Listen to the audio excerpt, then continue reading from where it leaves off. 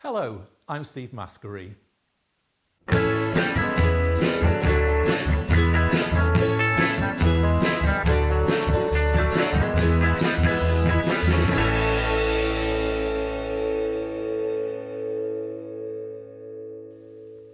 When you buy a new bandsaw blade, the bloke who welded it up would only have known how long it needs to be. He wouldn't necessarily know what machine you were planning to put it on.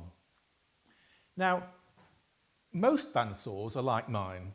The column is on the left and all the cutting action takes place here on the right.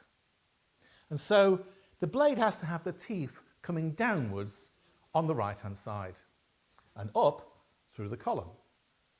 But not all bandsaws are built that way round. Some have the column on the right and all the cutting takes place on the left. The little Inca is like that, for example. If your machine is like that, then a blade that's configured for a machine like mine won't actually fit. This belongs on my saw, and I've got the teeth coming down on the right, which is correct for my saw, and they go up on the left through the column, which is correct for my saw. But if my saw was built the other way around, I couldn't use the blade as it is. In that case, this is what you do. You have to flip it inside out. So thumb on the outside, fingers on the inside, mind your nose. Twist, twist, twist, twist, twist inwards. Keep twisting. And bang, bang. There we go. So now the teeth are pointing towards you and away from me.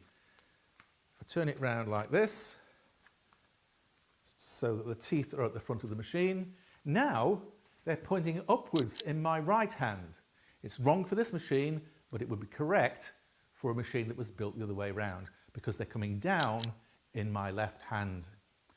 Up through the column, down through your workpiece.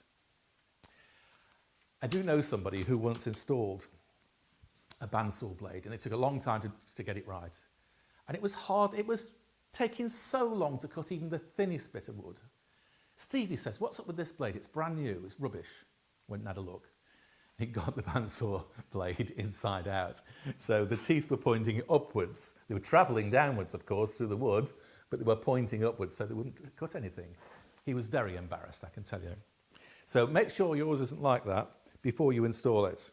Now let's just get this back, how it was, how it needs to be for my machine. Thumb on the outside, fingers on the inside, twist and mind your nose. There we go. So now I'm back to it being right for my machine. Down through the workpiece, up through the column. Thank you very much for watching. Until the next time, enjoy your workshop. Cheerio.